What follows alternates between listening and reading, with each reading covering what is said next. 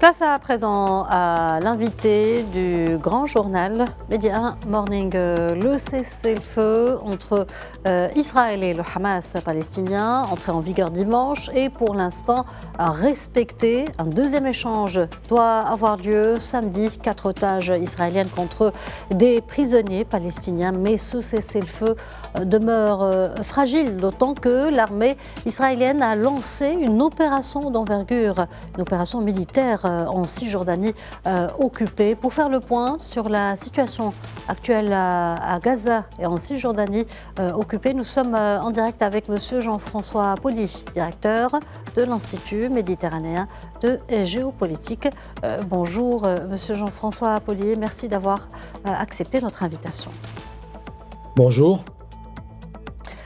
Alors que l'armée, que le calme plutôt semble revenu à Gaza, l'armée israélienne a lancé ce mardi une vaste opération militaire à Jénine, en Cisjordanie occupée. Selon le bilan du ministère de la Santé palestinien, 10 personnes ont été tuées, environ 35 autres ont été blessées. Comment peut-on expliquer cette nouvelle escalade à peine 2 jours après le cessez-le-feu à Gaza? Alors ça s'explique sans doute par les tensions en interne en Israël, où on a vu par exemple que le ministre israélien de la Sécurité nationale, Ben Gvir, avait manifesté son opposition à l'accord de cessez-le-feu, à la trêve, qu'il avait considéré comme étant irresponsable. Et donc ça signifie que au sein des forces politiques israéliennes, il n'y a pas d'unanimité s'agissant de cette trêve à Gaza, et tous les prétextes sont bons pour maintenir une tension, notamment avec l'opération qui a eu lieu à Jénine, sous prétexte de terrorisme, qui est toujours le prétexte utilisé, et qui s'est traduit par une incursion et par des attaques de l'armée israélienne sur les populations et sur les populations civiles.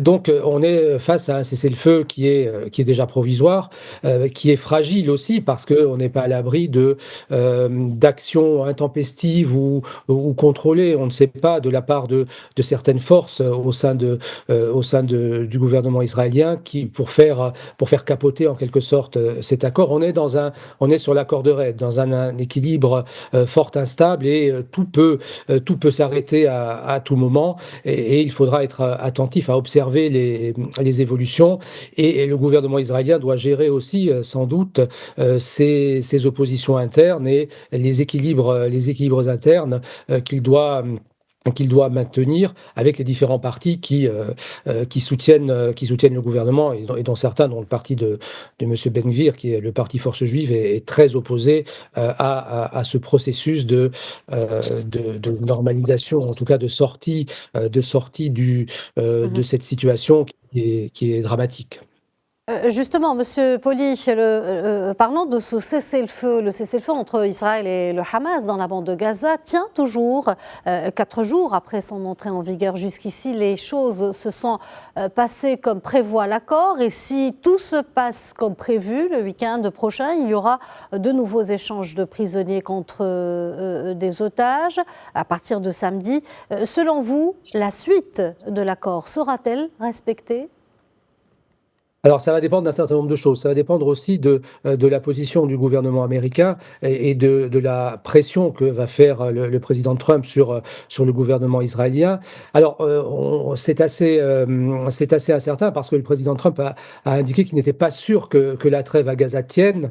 Et il a indiqué également, ce n'est pas notre guerre, c'est la leur, mais je ne suis pas confiant. Alors, ça n'augure pas d'une évolution favorable si les États-Unis baissent la garde en quelque sorte, à savoir s'ils ne font pas toujours pression sur Israël pour dire au gouvernement israélien qu'il convient de poursuivre ce processus de trêve et de faire cesser ce foyer de tension.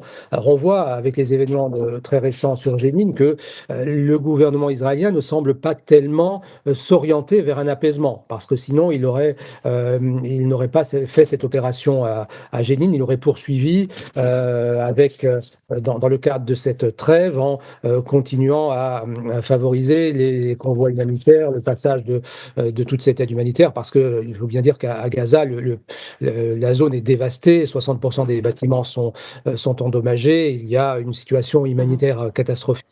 Et donc, il est impératif que la trêve se poursuive et devienne permanente.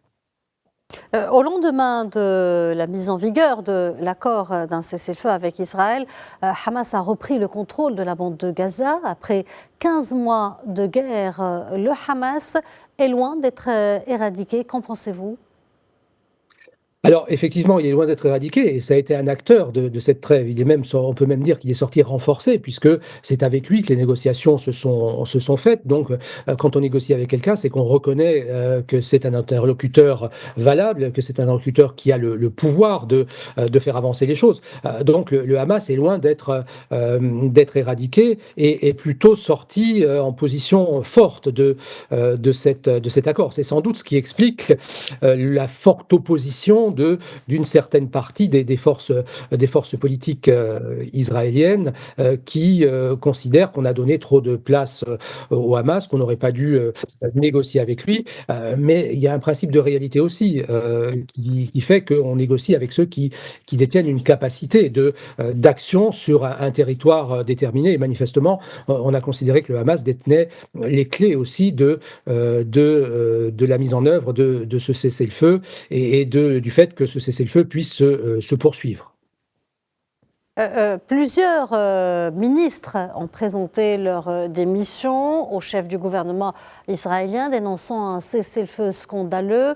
C'est le cas également du chef d'état-major de l'armée israélienne. Cet accord de cessez-le-feu a-t-il fragilisé Benjamin Netanyahou sur le plan politique ? Oui, sans doute qu'il a été fragilisé, même si, par exemple, le ministre Ben Gvir a dit qu'il ne soutenait pas, mais qu'il ne ferait rien directement contre le Premier ministre. Mais il n'en demeure pas moins que ça fragilise l'ensemble des forces qui soutiennent le Premier ministre et qui est manifestement dans une position plus précaire. C'est sans doute ce qui explique qu'il donne des gages à certains, et l'opération de Jenin, encore une fois, explique cette volonté de dire j'ai peut-être, par le Premier ministre, j'ai peut-être passer un accord de cesser le feu sur Gaza, mais je reste vigilant pour protéger Israël, et c'est pour cela que je suis intervenu à Jenin et que je suis toujours très actif pour agir contre le terrorisme. Donc ça s'explique par le fait que le Premier ministre ne veut pas perdre ses appuis politiques, et donc il y a une conjonction de facteurs internes et externes qui font qu'on est dans une situation, encore une fois, précaire, où les équilibres sont très instables, et il faudra que tout le monde soit très vigilant et attentif pour éviter qu'il y ait un pourrissement ou un embrasement soudain, parce que en interne, encore une fois, il y a des luttes féroces, sans doute, de pouvoir qui sont présentes, et le Premier ministre doit un peu ménager toutes ses forces, tout en résistant, ou en tout cas essayant de respecter les engagements qu'il a pu prendre, et notamment les engagements qu'il a pu prendre avec le président Trump, président américain.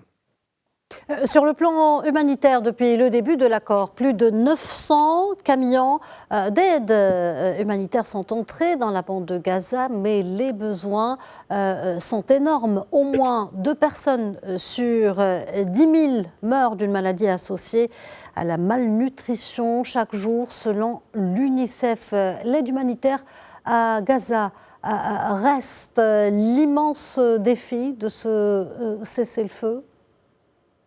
Alors, c'est un immense défi, l'aide humanitaire, et en même temps la reconstruction, parce qu'il faut reconstruire les réseaux de l'eau potable, parce que sinon des maladies vont se propager. Il faut tout reconstruire en recréant donc les réseaux d'eau potable, les réseaux d'évacuation des eaux usées, parce que sinon ce sont des foyers de propagation d'un certain nombre de maladies. Il faut nourrir toutes ces populations, et tout ça va prendre du temps.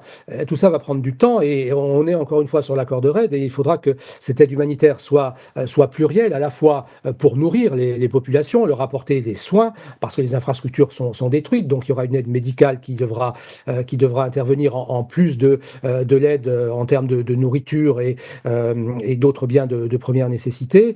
Une aide médicale également doit être présente.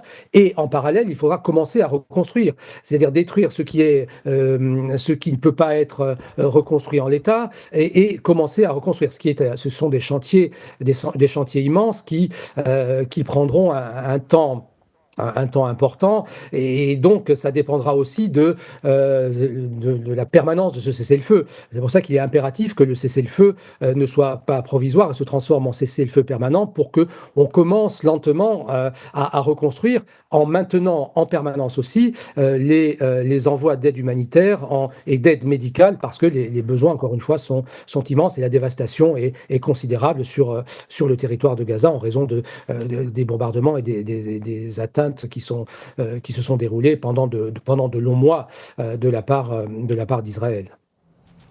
Monsieur Jean-François Pauly, je vous remercie pour cet éclairage. Merci d'avoir répondu à nos questions. Et je rappelle que vous êtes directeur de l'Institut méditerranéen de géopolitique. Merci.